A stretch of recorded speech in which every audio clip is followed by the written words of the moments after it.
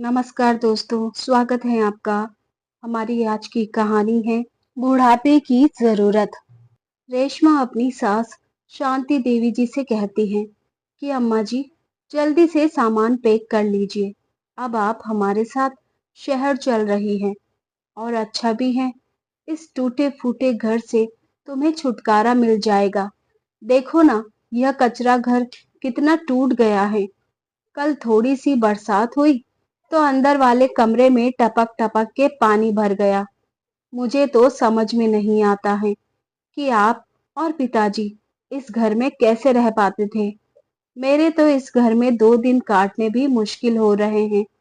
तभी पास में बैठा हुआ शांति देवी जी का बेटा अमित कहता है, हाँ माँ, अब तुम जल्दी से अपने कपड़े ले लो, एक बैग में रख लो और हमारे साथ शहर चलो। आंगन के एक कोने में बैठी हुई शांति जी घर को छोड़ने की वजह से बड़ी ही उदास थी।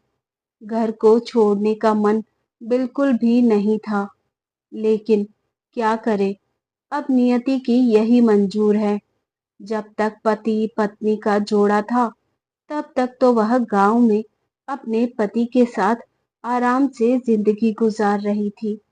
लेकिन महीने भर पहले ही उनके पति उन्हें छोड़कर चले गए, जिसकी वजह से उन्हें बहू बेटों के साथ शहर जाना पड़ रहा है। हालांकि उनका शहर जाने का बिल्कुल भी मन नहीं है, लेकिन क्या करें, बेटों के अलावा उनका कोई भी नहीं है जो उनके बुढ़ापे पर देख रेख कर सके। इसलिए बेटे ने कहा कि तुम हमारे साथ शहर चलो, उधर ही रहना, इधर कहाँ अकेली रहोगी। और फिर शहर से गांव इतनी दूर है कि बार बार तुम्हारी देखभाल के लिए नहीं आ पाऊंगा। इससे अच्छा है कि तुम हमारे साथ शहर चलो और इस टूटे फूटे घर से भी तुम्हें छुटकारा मिल जाएगा। शांति जी बेटे से कहती हैं, बेटा, क्या ऐसा नहीं हो सकता कि तुम हमारे इसी घर में थोड़े से पैसे लगाकर इसे ठीक करा दो। पता नहीं शहर में मेरा मन लगेगा या नहीं। पूरी जिंदगी इसी घर में रही हूँ। इस घर को छोड़कर जाने का बिल्कुल भी मन नहीं है। शांति जी का इतना कहना था कि बहू भड़कते हुए कहती हैं, अम्मा जी, एक तो हम तुम्हें अपने साथ ले जा रहे हैं, ऊपर से तुम हमें नखरे दिखा रही हो। यह तो शुक्र करो भगवान का कि तुम्हारे बेटे बहू इतने अच्छे हैं कि तुम्हें अपने साथ शहर ले जाने के लिए तैयार हैं। और आज के जमाने में कौन ऐसा करता है। बड़े उदास मन से शांति जी कहती हैं, बहू, मैं इसी घर में ब्याह कर आई थी। इस घर से मुझे बड़ा ही लगाव है। भले ही यह घर कच्चा है, लेकिन मेरे सपनों का घर है।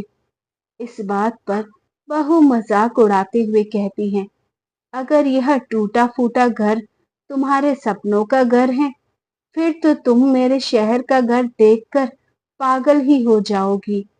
तुम्हारी आंखें खुली रह जाएंगी।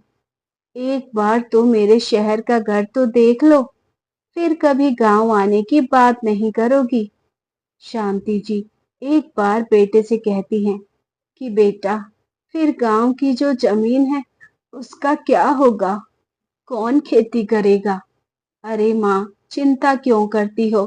जब तक पिताजी थे तब तक खेती बाड़ी कर रहे थे। अब तुम्हें क्या लगता है कि मैं अपनी नौकरी छोड़ करके गांव में खेती बाड़ी करने आऊंगा? साल 6 महीने में आकर खेती को बटाई पर दे जाऊंगा। मैं इधर खेती करने के लिए गांव आने वाला नहीं हूँ। तभी पड़ोस की कुंती जी, जो कि आंगन में ही कुर्सी पर बैठी हुई थी, सब लोगों की बातें सुन रही थी और वह शांति जी से कहती है, अरे शांति, तू चिंता क्यों करती है? सच में तेरे बेटा बहू बहुत अच्छे हैं जो तुझे अपने साथ शहर ले जा रहे हैं। अब तो मुझे ही देख लो, तुमसे ज्यादा उम्र की हूँ। चार चार बेटे हैं, सभी शहर में रहते हैं और मैं इधर अकेली रहती हूँ। कितनी बार बेटों से कहा है कि मुझे अपने साथ शहर ले चलो, तो सभी कोई ना कोई बहाना बना देते हैं। तेरी किस्मत तो भगवान ने सोने की कलम से लिखी है, जो तुझे बहू बेटा खुद ले जा रहे हैं। शांति जी मन ही मन सोचती हैं कि कुंती जी सही तो कह रही हैं। बीच में तो उन्हें चलने फिरने में इतनी दिक्कत होने लगी थी कि वॉकर से चलती थी, लेकिन फिर भी बेटे बहू उन्हें अपने साथ नहीं ले गए। अकेले जैसे तैसे अपनी जिंदगी काट रही हैं। कभी कभार जरूरत पड़ने पर कोई बेटा आ जाता है, उन्हें दिखा जाता है, दवाई दे जाता है और उनके देखरेख के लिए एक लड़की को रख दिया है। मुझे बहू बेटे के पास जाने के लिए ज्यादा नहीं सोचना चाहिए। कुंती जी की बातें सुन करके शांति जी के मन में अपने बहू बेटे पर के घर जाने के लिए एक नया जोश आ जाता है और उनके मन की उदासी थोड़ी कम हो जाती है। शांति जी खुशी खुशी बहू बेटे के घर जाने के लिए तैयार हो जाती हैं। दूसरे दिन सुबह की ट्रेन की टिकट थी।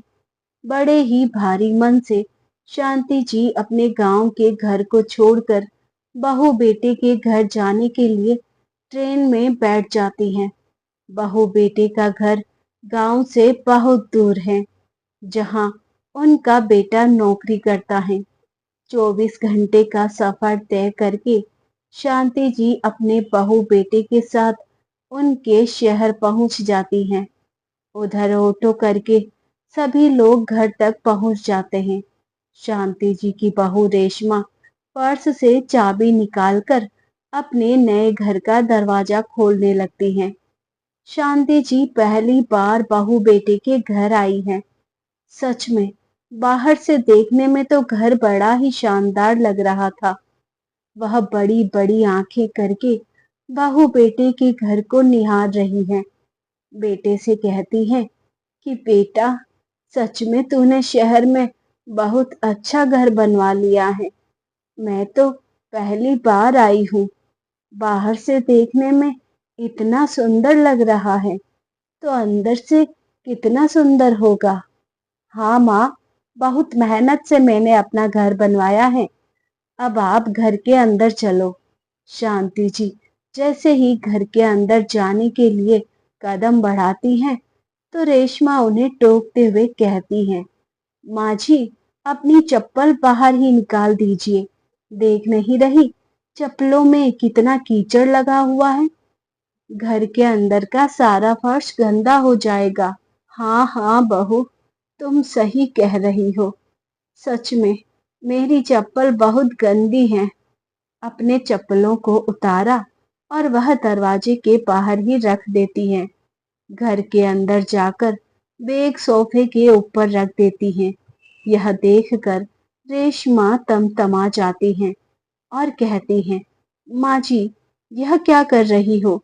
देख नहीं रही हो कितने महंगे सोफे हैं, और तुमने अपना मेला कुचेला थैला सोफे के ऊपर रख दिया। पूरा सोफा गंदा कर दिया।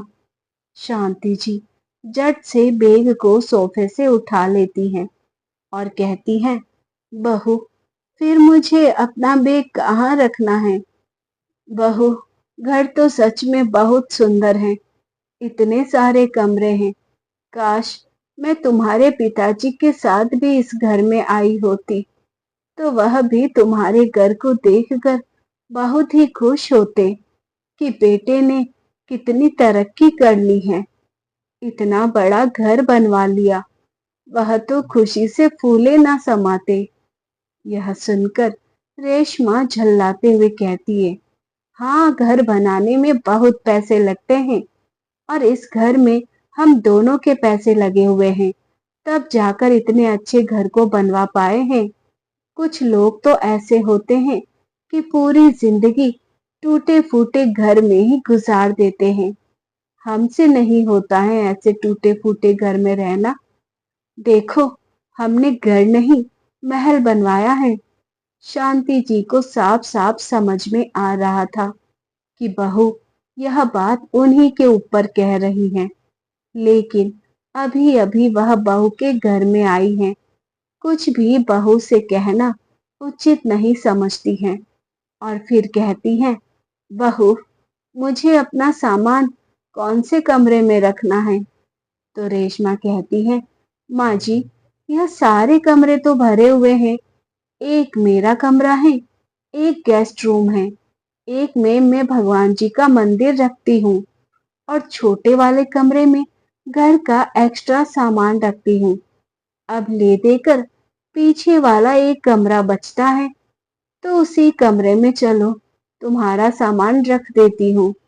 शांति जी को घर के सबसे पीछे ले जाती हैं और एक छोटे से कमरे में उनका सामान रख देती हैं। उस घर में बहुत सारा सामान पड़ा हुआ था। दरअसल अभी बहू बेटे का घर नया बना था, तो घर बनाने में जो भी सामान बचा था, पेंट के डब्बे, फर्नीचर का कुछ सामान, सब कुछ उसी कमरे में था। मात्र एक पलंग बिछाने की जगह थी और थोड़े से निकलने भर की जगह थी। शांति जी कमरे में अपना सामान तो रख लेती हैं, लेकिन वह छोटे से कमरे में उनका बड़ा ही दम घुट रहा था, क्योंकि अभी तक तो वह गांव के बड़े बड़े आंगन वाले घर में सो रही थी, तो उस छोटे से कमरे में उन्हें बड़ी घुटन हो रही थी। बाहर आकर बेटे से कहती हैं, बेटा कमरा बहुत छोटा है, तुम्हारे घर में इतने सारे कमरे हैं, उन्हीं में से कोई एक कमरा मुझे दे दो। वैसे भी वो कमरा घर के इतने पीछे है कि ना तो तुम मुझे दिखाई दोगे, ना बहू। अकेले बैठे बैठे मुझे घबराहट होगी। इधर किसी भी कमरे में रहूंगी तो तुम सब मुझे आमने सामने दिखाई देते रहोगे, जिससे मेरा मन भी लगा रहेगा। तो अमित कहता है कि माँ जी मेरे ऑफिस का काम है, 4 लोगों का घर में आना जाना होता है। कभी किसी के साथ मीटिंग हो रही है तो कभी किसी के साथ, इसलिए घर में बाहर वाला कमरा तो हमने आने जाने वाले लोगों को लिए रखा है। बाकी के कमरे रेशमा ने तुम्हें बता ही दिए हैं कि सब भरे हुए हैं। अच्छा है कि तुम पीछे वाले कमरे में ही रहो। बेटे ने जब शांति जी से ऐसा कहा था, उन्हें ऐसा लगा कि काटो तो खून नहीं। कितनी उम्मीद के साथ बहू बेटे के साथ वह शहर आई थी। क्या इसलिए कि उन्हें पराये की तरह पीछे डाल दिया जाए? कहाँ शहर इस आशा में आई थी कि गांव में अकेले उनका मन नहीं लगता था, और गांव से बहू बेटा भी उन्हें यही कह कर लाए थे कि शहर में अपने साथ रखेंगे। अपने साथ बहू बेटे ने रख तो लिया, लेकिन साथ रहकर भी उन्हें पराया कर दिया। इधर भी वह अकेली ही रहेगी। शांति जी बड़ी ही असमंजस में पड़ गई कि अब वह क्या करे। ना तो गांव में रह सकती हैं और ना ही शहर में। अब जाए तो कहाँ जाए? खैर अपने मन को समझाती हैं कि बहू बेटे का ही घर है, बाद में सब कुछ ठीक हो जाएगा, या बाद में मैं समझा बुझा कर सब कुछ ठीक कर लूंगी। अभी तो हम आए हैं, धीरे धीरे सब कुछ ठीक हो जाएगा। इतनी जल्दी मुझे कोई निर्णय नहीं लेना चाहिए। इसी उम्मीद के साथ वह छोटे कमरे में चली जाती हैं। शाम को बहू खाना बनाती हैं, सबको खाने पर बुलाती हैं। शांति जी की डाइनिंग टेबल पर आकर बैठी हैं। बहू ने खाने में बहुत ही चटपटा खाना बनाया था। छोले की सब्जी के साथ में पूरियां और चावल। गांव में शांति जी रात के समय हल्का ही खाना खाती थी। चावल तो बिल्कुल भी नहीं खाती थी। अब बहू ने खाना बनाया है और पूरे दिन इतनी सारी बातें हुई हैं जिसकी वजह से वह खाने को लेकर कोई और बात नहीं करना चाहती थी। इसलिए चुपचाप से सब्जी और चावल खा लेती हैं, लेकिन पूरी रात में उनके पेट में गैस बनती रहती है जिससे वह ठीक से सो नहीं पाती हैं। दूसरे दिन वह बहू से कहती हैं, बहू, रात में भारी खाना खाने की वजह से मेरे पेट में बहुत दर्द हुआ है। जब तुम शाम को हल्का फुल्का खाना ही खाया करो और बनाया करो। रेशमा कहती है, नहीं माँ जी, तुम्हारे चक्कर में हम शाम को मूंग की दाल और लौकी तो नहीं खाने लगेंगे। तुम्हारा पेट खराब होता है तो अपने लिए शाम को खुद ही हल्का फुल्का बना लिया करो। हम लोगों को कोई समस्या नहीं है, ना ही अभी हम बूढ़े हैं। हम तो शाम को ही हेवी खाना खाते हैं। शांति जी आज फिर बहू की बात सुनकर चुप रह गई। उन्हें ऐसा लग रहा था कि वह अपने बहू बेटे के घर में नहीं, किसी दूसरे के घर में आई हो, जहां उन्हें बंधन में रहना पड़ रहा है। वह बहू बेटे के साथ हर तरह से एडजस्ट करने की कोशिश कर रही थी, लेकिन कोई ना कोई ऐसी बात बहू बेटे की तरफ से हो ही जाती थी जिसकी वजह से वह दुखी हो जाती थी। धीरे धीरे समय निकलता गया। शांति जी को बहू के घर में आए 2 महीने बीत गए। वह भी बहू बेटे के घर में उसी के हिसाब से रहने लगी। शाम का खाना खुद ही बनाती और अपने छोटे से कमरे में रहती। बहू बेटा जैसा कहते वैसा ही करती, लेकिन कहीं ना कहीं उनके मन में एक टीस थी कि वह बहू बेटे के साथ आकर खुश नहीं है। एक बार बहू बेटे से गांव जाने के लिए कहा तो बहू बेटे ने यह कहकर मना कर दिया कि गांव जाकर क्या करोगी। अब तो गांव का घर जो टूटा फूटा मकान था वह भी धाराशाही हो गया होगा। रहने के लिए एक कमरा भी नहीं है, तो उधर जाकर क्या करोगी। हमारे साथ ही रहो। और हाँ, कल हमें किसी काम से बाहर जाना है। हम दोनों ही जाएंगे और रात तक आएंगे। दरवाजे वगैरह अच्छे से बंद रखना। जब तक आएंगे तो आने से पहले तुम्हें फोन कर देंगे। दूसरे दिन बेटा बहू अपने काम से निकल जाते हैं। रात को 10 बजे तक घर वापस आते हैं। शांति जी जब अपना खाना बना रही थी तो अपने साथ साथ बहू बेटे का खाना भी बना लेती हैं कि रात तक बहुत थकी हारी आएगी। उनके लिए भी सादा खाना बना देती हूँ। क्यों रात में आकर बहू खाना बनाने के लिए परेशानी होगी। यही सोचकर बहू बेटे के लिए भी तोरी की सब्जी और रोटी बना लेती हैं। रात को बहू बेटा वापस आते हैं तो डाइनिंग टेबल पर शांति जी सबके लिए खाना परोसती हैं, जिसे देखकर बेटा बहू दोनों ही भड़क जाते हैं और कहते हैं, माँ, तुमसे किसने कहा था हमारा मरीज वाला खाना बनाने के लिए। हम लोग यह खाना नहीं खाने वाले। पूरे दिन से थके हारे आए हैं। तोरी की सब्जी देखकर मन खराब हो गया। इसको हटाओ इधर से। रेशमा कहती है, अमित, तुम जल्दी से पिज्जा ऑर्डर कर दो। आज वही खाकर हमें काम चलाना पड़ेगा। शांति जी कहती है, बेटा, तुम लोग बाहर का बहुत ज्यादा खाना खाते हो। बाहर का ज्यादा खाना खाने से नुकसान भी होता है। जितना हो सके घर का खाना और सादा खाना खाया करो। बहुत तेल मसाले वाला खाना खाते हो और महीने में 10 से 15 दिन तुम लोग बाहर का ही खाना खाते हो। यह तुम लोगों के स्वास्थ्य के लिए अच्छा नहीं है। तो रेशमा गुस्साते हुए कहती है, माँ जी, हम पूरे दिन से वैसे ही थके हुए हैं।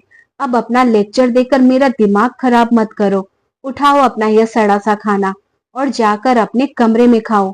शांति जी एक नजर बेटे की तरफ देखती है जो कि अपने काम में व्यस्त हैं। फिर शांति जी खाने की थाली उठाकर कमरे में चली जाती है, लेकिन उनसे वह खाना नहीं खाया जाता है। आज शांति जी की आंखों से आंसू निकल पड़ते हैं कि मैं तो बहू बेटे के लिए अच्छा करने जाती हूँ और वह दोनों मुझे हमेशा भला बुरा सुना देते हैं। क्या बहू बेटे का भला सोचना गलत है। क्या बड़े होने के नाते मेरा उन्हें थोड़ा बहुत रोक टोक करना गलत है। यही सोचते सोचते शांति जी बिना कुछ खाए ही सो जाती हैं। आधी रात को अचानक बहुत तेज आंधी तूफान आता है। रात में शांति जी ने रसोई में खाना बनाया था और उसकी खिड़की बंद करना भूल गई थी। तूफान की वजह से खिड़की बहुत तेज दीवार से जा टकराती है और उसका कांच टूट जाता है। कांच के टूटने की आवाज सुनकर बहू बेटा दोनों ही रसोई में गए। शांति जी घबरा गई कि इतनी तेज आवाज कहाँ से आई और वह भी रसोई में आ गई। देखा तो खिड़की का कांच टूट गया था, जिसकी वजह से बेटा बहू दोनों ही भड़कते हुए कहते हैं, माँ जी, तुम्हें बिल्कुल भी अक्ल नहीं है। काम करने की इतनी मेहनत करके हमने अपना यह घर बनवाया है, एक एक पैसा जोड़कर एक एक चीज खरीदी है, और तुम्हें तो इस घर की किसी भी चीज की परवाह नहीं है। देखो, तुम्हारी लापरवाही की वजह से किचन की इतनी महंगी खिड़की टूट गई है। अब इसके कांच लगवाने में 5 से 10 हजार रुपए खर्च हो जाएंगे। लेकिन तुम्हें तो कोई फर्क ही नहीं पड़ता है, क्योंकि ना तो तुम्हारे पास इतना अच्छा घर था, ना खिड़की दरवाजे तो टूटने का डर ही नहीं था। आए दिन घर में कुछ ना कुछ नुकसान करती रहती हो। तमतमाते हुए रेशमा कहती हैं, अमित, हफ्ते भर पहले तुम्हारी माँ ने डिनर सेट का एक बाउल तोड़ दिया था। कितना महंगा डिनर सेट खरीदा था। मैं तो तुम्हारी माँ की हरकतों से बहुत तंग आ गई हूँ। खिसियाते हुए रेशमा आगे कहती हैं, अमित, एक काम करो, तुम अपनी माँ को गांव ही छोड़ आओ। यह उसी के घर में रहने के लायक हैं। इन्हें अच्छा घर और अच्छा खाना हजम ही नहीं होता है। यह उसी गांव के टूटे फूटे घर में रहने और बीमारी वाला खाना खाने लायक है। अमित भी आंखें तरेरते हुए कहता है, माँ, कल तुम अपना सामान पैक रखना। मैं कल ही तुम्हें गांव छोड़कर आऊंगा। मैं बहुत कोशिश करता हूँ कि तुम्हें अपने साथ एडजस्ट करने की, लेकिन तुम तो हमारे साथ एडजस्ट ही नहीं हो पा रही हो। बिल्कुल गांव की गंवार हो। शहर में रहने की अक्ल ही नहीं है तुम्हें। रेशमा ने तुम्हारे साथ कितना एडजस्ट करने की कोशिश की, लेकिन तुम उसके साथ एडजस्ट ही नहीं कर पा रही हो। अब तुम्हारे लिए यही अच्छा होगा कि तुम गांव में ही जाकर रहो। शांति जी कहती हैं, बेटा, अब मैं गांव में जाकर कैसे रहूंगी? गांव का घर छोड़े हुए इतने महीने हो गए हैं। अगर तुम मुझे गांव में छोड़ना ही चाहते हो तो कम से कम एक पक्का कमरा तो बनवा दो, जहां मैं बरसात के समय आराम से रह सकूं। तो रेशमा चिल्लाते हुए कहती हैं, माँ जी, तुम्हें शर्म नहीं आती है कहते हुए?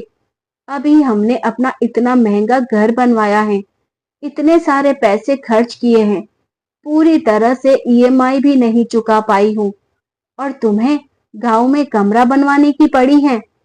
हमारे पास गांव में कमरा बनवाने के लिए एक पैसा भी नहीं है। पैसों का पेड़ नहीं लगा है जो तुम्हें ऊपर इतने सारे पैसे खर्च कर दे। जैसा है वैसे में जाकर रहो। हाँ माँ, रेशमा सही कह रही है। बेटा भी अपनी पत्नी की हाँ में हाँ मिलाकर कमरे में सोने के लिए चला जाता है। रसोई में खड़ी हुई शांति जी को ऐसा लग रहा था आंधी तूफान बाहर नहीं, उनके मन के अंदर आया हो। अब शांति जी के अंदर बेटे बहू का अपमान सहने की हिम्मत नहीं बची थी। इतने दिनों से वह हर बार यह सोचकर चुप रह जाती थी कि बेटा बहू धीरे धीरे सब कुछ समझ जाएंगे, लेकिन वह तो कुछ समझने की बजाय हमें उल्टा सीधा सुना देता है और अपमान भी कर देता है। अब बस मैं भी इस घर में नहीं रहूंगी। मेरे गांव का घर जैसा है, मैं उधर ही चली जाऊंगी। दूसरे दिन अमित उन्हें गांव छोड़ आता है और तुरंत ही वापसी की टिकट कराकर वापस भी आ जाता है। आंगन में खड़ी शांति जी बेटे को जाते हुए एक टक देखती रहती हैं कि बेटे ने जाते समय यह भी नहीं कहा कि माँ, कुछ पैसे रख लो। घर के आंगन में इतनी बड़ी बड़ी घास खड़ी हो गई है। इसकी सफाई के लिए किसी को बुला लेना, घर के राशन पानी के लिए कुछ खरीद लेना। चुपचाप शहर के लिए निकल गया। खैर, किस्मत का लिखा समझकर शांति जी इसे भी स्वीकार कर लेती हैं कि देखते हैं आगे आगे बुढ़ापे में भगवान ने मेरी किस्मत में क्या क्या लिखा है। शायद भगवान मेरी परीक्षा ले रहा है और मैं भी इस परीक्षा में पास होती रहूंगी। भगवान ने जितनी जिंदगी दी है उतना तो आराम से जीऊंगी। आज कहीं ना कहीं गांव में जाकर शांति जी एक सुकून की सांस ले रही हैं। भले ही उनके घर पर छत ना हो, लेकिन एक आजादी थी जो वह महसूस कर रही थी और खुश भी थी। पीछे मुड़कर घर को देखते ही, जिसमें बहुत बड़ी बड़ी घास खड़ी हो गई है, वह अपने टूटे फूटे घर की साफ सफाई में जुट जाती हैं। इधर बेटा बहू भी आराम से शहर में रहने लगते हैं। धीरे धीरे समय बीत गया। एक दिन अचानक से अमित की तबीयत खराब होती है। रेशमा अमित को अस्पताल लेकर जाती हैं। पता चलता है बाहर का ज्यादा खाना खाने की वजह से उसके लीवर में प्रॉब्लम आ गई है। सारी रिपोर्ट देखने के बाद डॉक्टर अमित से कहता है, अमित, अब तुम्हें बाहर का खाना बंद कर देना पड़ेगा।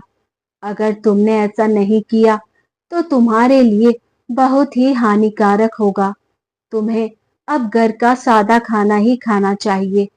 बाहर का ज्यादा खाने की वजह से तुम्हारे लीवर में प्रॉब्लम हो गई है। अगर तुमने आज अपने स्वास्थ्य को नहीं संभाला तो आगे तुम्हें और भी समस्याओं का सामना करना पड़ सकता है। यह सुनकर रेशमा घबरा जाती है। जब वह घर पर सादा खाना बनाने लगी, जिस घिया तोरी को देखकर रेशमा और अमित नाम सिकोड़ते थे, आज डॉक्टर के कहने पर उसी को खाने लगे। लेकिन किस्मत को यहाँ तक ही मंजूर नहीं था। अमित जिस कंपनी में काम करता था, वह कंपनी भी बंद हो गई, जिसकी वजह से अमित की नौकरी चली गई। अमित और रेशमा ने थोड़े बहुत पैसे बचा कर रखे थे, जिससे उन्होंने कुछ दिनों तक घर का राशन और दवाइयों का खर्चा चलाया। लेकिन एक समय के बाद उनके बैंक के पैसे भी खर्च हो गए।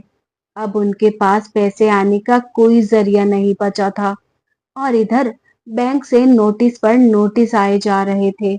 हालांकि इस बीच में अमित दूसरी नौकरी के लिए जगह जगह अप्लाई कर रहा था, लेकिन उसे नौकरी नहीं मिल रही थी।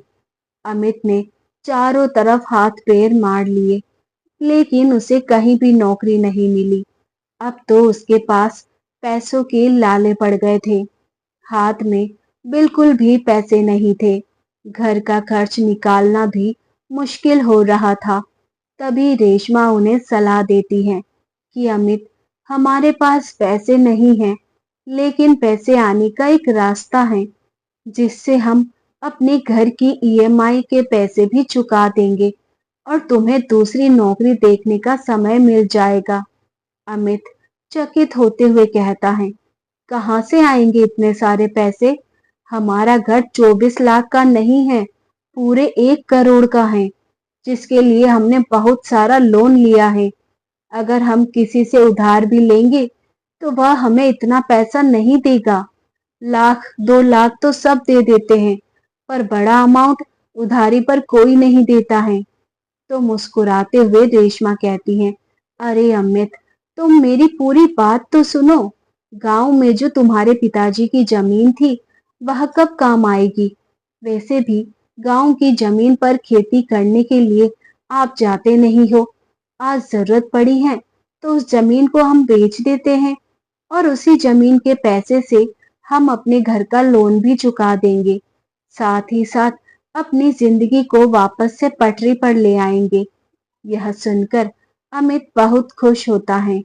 अरे रेशमा, तुमने बहुत अच्छा आइडिया दिया है। यह बात तो मेरे दिमाग में पहले क्यों नहीं आई? लेकिन घर की सारी जमीन तो माँ के नाम पर है। तो रेशमा कहती है, तो क्या हुआ, माँ के नाम पर है, क्या अपने बेटे के लिए माँ जमीन नहीं बेच सकती? तुम गांव चलो, माँ को अपनी परिस्थितियां बताओ। वह तुम्हारी माँ है, जमीन बेचकर तुम्हें झट से पैसे दे देंगी। फिर क्या था, अमित और रेशमा अगले ही दिन टिकट कराकर गांव पहुंच जाते हैं और माँ के उस टूटे फूटे घर को खोजने की कोशिश करते हैं, क्योंकि जहां पर उनका टूटा फूटा घर बना था, वहां पर किसी ने पक्का मकान बना लिया था और घर और बाहर से एक बड़ा सा स्टील का गेट लगा था। उस घर को देखकर अमित थोड़ा सा परेशान होता है। फिर आसपास के लोगों से पूछता है कि काका, इधर मेरा घर था और मेरी ही जमीन थी, तो इस घर पर किसने घर बना लिया है? मैं तो 8-6 महीने पहले अपनी माँ को छोड़कर गया था। मनोहर काका कहते हैं, अरे बेटा, यह तुम्हारी माँ का ही घर है। वह देखो, तुम्हारी माँ दरवाजा खोल रही है। यह घर तुम्हारी माँ ने कुछ दिन पहले ही बनवाया है। यह सुनकर अमित और रेशमा दोनों ही चौंक जाते हैं। उन्हें समझ में नहीं आ रहा था कि माँ ने इतना अच्छा घर कैसे बनवा लिया। उनके पास इतने सारे पैसे कहाँ से आए? खैर, दोनों माँ को देखकर घर की तरफ बढ़ते हैं। जैसे ही घर के दरवाजे पर पहुंचते हैं, अमित माँ से कहता है, माँ, तुमने यह घर कैसे बनवा लिया? तुम्हारे पास इतने सारे पैसे कहाँ से आए? और घर बनवाने से पहले मुझे बताया भी नहीं। अरे बेटा, सारी बातें बाहर ही कर लोगे क्या? घर के अंदर आओ, फिर आराम से बैठकर बातें करते हैं। शांति जी दरवाजे को पूरा खोलते हुए कहती हैं। जैसे ही रेशमा घर के अंदर जाने के लिए होती है, तो शांति जी कहती हैं, बहू, जरा अपनी चप्पल बाहर ही उतार दो। अभी अभी घर की साफ सफाई की है, घर गंदा हो जाएगा। रेशमा अपनी सास का मुंह ताकती रह जाती हैं। उसे अपनी सास पर गुस्सा तो बहुत आ रहा है, लेकिन आज उसे सास से ही काम है, क्योंकि जमीन सास के ही नाम है, तो वह उल्टा सीधा नहीं बोल सकती है। चुपचाप से चप्पल को बाहर उतारकर अंदर चली आती हैं। अंदर जाकर चारों तरफ घर को निहारता है। घर तो बहुत सुंदर बना लिया है। 2 कमरे हैं, एक हॉल है, बड़ा सा आंगन है और एक किचन भी है। सुंदर सुंदर गेट और खिड़कियां लगी हुई हैं। जब रेशमा पूरे घर को निहार रही थी, तभी शांति जी कहती हैं, बहू, देख लो, अब तो हमने भी अपने घर में महंगी वाली खिड़की दरवाजे लगवा दिए हैं। अब तुम मुझसे नहीं कह पाओगी कि मेरे घर में खिड़की दरवाजे नहीं है। एक के बाद एक शांति जी चुन चुन कर अपनी बहू को जवाब दे रही थी और उसमें भी चुपचाप सारी बातों को सुन रही है। अमित सोफे पर मुंह लटकाए बैठा है। शांति जी सबके लिए चाय नाश्ता लेकर आती हैं। चाय नाश्ता करने के बाद रेशमा सास को सारी आप बीती सुनाती हैं। माँ जी, आपको पता है हमारे साथ क्या क्या हुआ? उनकी तबीयत खराब हो गई, बाद में नौकरी चली गई। बैंक वालों के नोटिस पर नोटिस आए जा रहे हैं, जिसकी वजह से परेशान होकर हमें घर आना पड़ा। माँ जी, अब आप ही हमारी मदद कर दीजिए। बेटे की तबीयत के बारे में सुनकर शांति जी को बुरा लगता है और वह कहती हैं, बेटा, मैं तो तुम लोगों से पहले ही कहती थी कि बाहर का खाना कम खाया करो, सादा खाना खाया करो, अपने स्वास्थ्य पर ध्यान दिया करो। लेकिन तुम लोगों को मेरी टोका टाकी बुरी लगती थी। आज देखो, डॉक्टर ने तुम्हें बाहर का खाना खाने से मना कर दिया। काश तुम पहले ही हमारी बात मान गए होते, तो आज तुम्हें यह दिन नहीं देखना पड़ता। यह सुनकर अमित और रेशमा दोनों ही जमीन की तरफ नजरें बनाए बैठे हैं। अमित कहता है, माँ, अब इन सारी चीजों से निकालने का एक ही तरीका है कि गांव में आपके पास जो जमीन है, उसको बेच दिया जाए और उसी से बैंक का लोन चुका दिया जाए। जब हमारे हाथ में पैसे रहेंगे तो हमें भी दूसरी जॉब ढूंढने के लिए समय मिल जाएगा। आराम से खर्चा निकाल लेंगे। शांति जी कहती हैं, बेटा, कौन सी जमीन की बात कर रहे हो? उस जमीन का एक हिस्सा तो मैंने पहले ही बेच दिया है। उससे ही तो मैंने यह घर बनवाया है। और आधी जमीन जो बची है उसमें अपने खर्चे के लिए रखूंगी।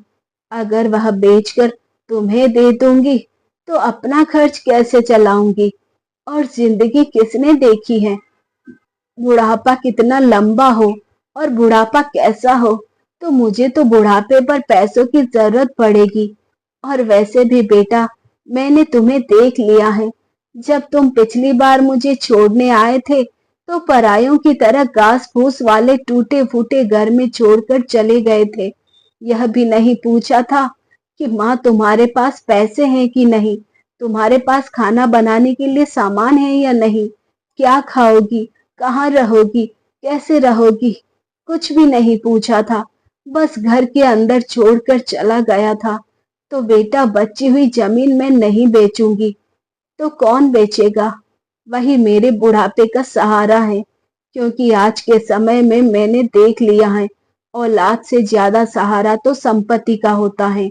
अगर संपत्ति हमारे पास है तो हम किसी भी तरह से अपना बुढ़ापा काट लेंगे।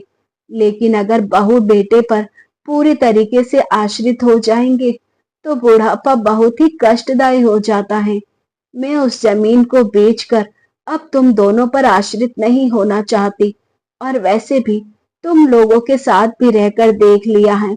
साथ रहकर भी तुम लोगों ने मेरे साथ पराये जैसा व्यवहार किया है। शांति जी बहुत ही स्पष्ट शब्दों में बेटे बहू से जमीन बेचने से इनकार कर देती हैं। कहती हैं, बेटा, मुझे तुमसे पूरी हमदर्दी है, लेकिन मुझे भी अपना बुढ़ापा देखना है। अगर आज मोह में आकर मैं तुम्हारे लिए यह बेच दूंगी तो मैं कहाँ जाऊंगी, क्या खाऊंगी, कैसे रहूंगी? माँ, तुम हमारे साथ शहर चलना और शहर में ही रहना। यह बात सुनकर शांति जी को गुस्सा आ जाता है और कहती हैं, बेटा, कौन सा शहर और कौन सा घर? तुम अपने इतने बड़े घर में मुझे एक कमरा भी नहीं दे पाते हो, नौकरानियों की तरह रखते हो। मुझे तुम्हारे घर नहीं जाना। शांति जी की दो टूक बात को सुनकर बहू गुस्से में भड़क जाती है और कहती है, माँ जी, तुमने घर की जमीन किससे पूछकर बेची है? एक बार अपने बेटे से पूछ तो लेना चाहिए था। अमित भी पढ़ते हुए कहता है, हाँ माँ, तुमने यह सही नहीं किया है। तुमने जमीन को क्यों बेचा? शांति जी कड़क आवाज में कहती हैं, मेरी जमीन थी और मुझे जरूरत थी। घर में ना तो रहने के लिए कमरा था और ना ही सामान। तो फिर मेरे सामने जमीन बेचने के अलावा रास्ता ही नहीं बचा था।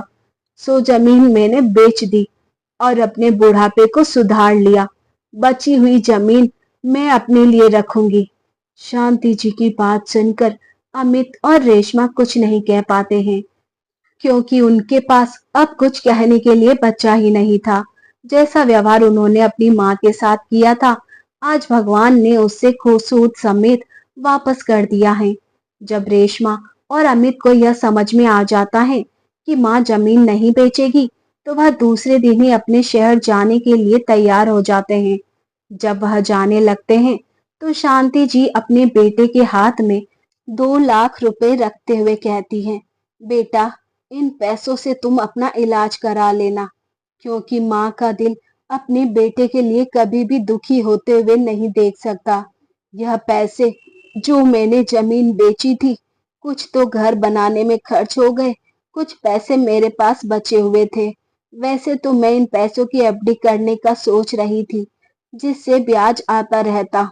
लेकिन चलो कोई बात नहीं, मेरे पास खेती के पैसे आते रहेंगे, तो मेरे पैसों से अपना अच्छे से इलाज करा लो। यह सुनकर अमित और रेशमा शर्म से पानी पानी हो जाते हैं। वह नजरें उठाकर शांति जी को देख नहीं पा रहे थे। उन्हें अपनी गलती का एहसास हो रहा था कि उन्होंने माँ के साथ कितना गलत व्यवहार किया था, अपने घर ले जाकर कितना अपमान किया, गांव में अकेला छोड़कर वहां से यह नहीं पूछा कि तुम्हारे पास पैसे हैं या नहीं। लेकिन आज जरूरत पड़ने पर माँ ने मुझे 2 लाख रुपए उनके हाथ में दे दिए। आज अमित की आंखों में आंसू आ गए और वह माँ से माफी मांगने लगता है।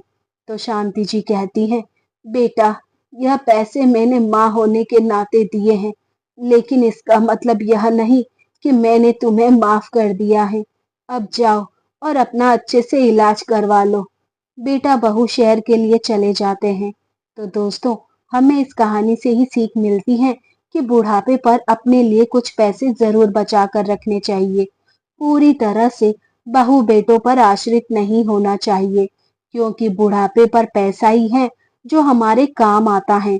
तो आपके पास थोड़ी बहुत जो संपत्ति है या पैसा है, वह अपने पास बचाकर जरूर रखें। सब कुछ बच्चों को ना दे, क्योंकि अगर आपके हाथ में पैसे होंगे तो आप अपने हिसाब से खर्च कर पाओगे। बुढ़ापे पर तमाम तरह की बीमारियां होती हैं, और बुढ़ापा किसने देखा है कि कितना लंबा है और आगे जाकर क्या जरूरत पड़ने वाली है।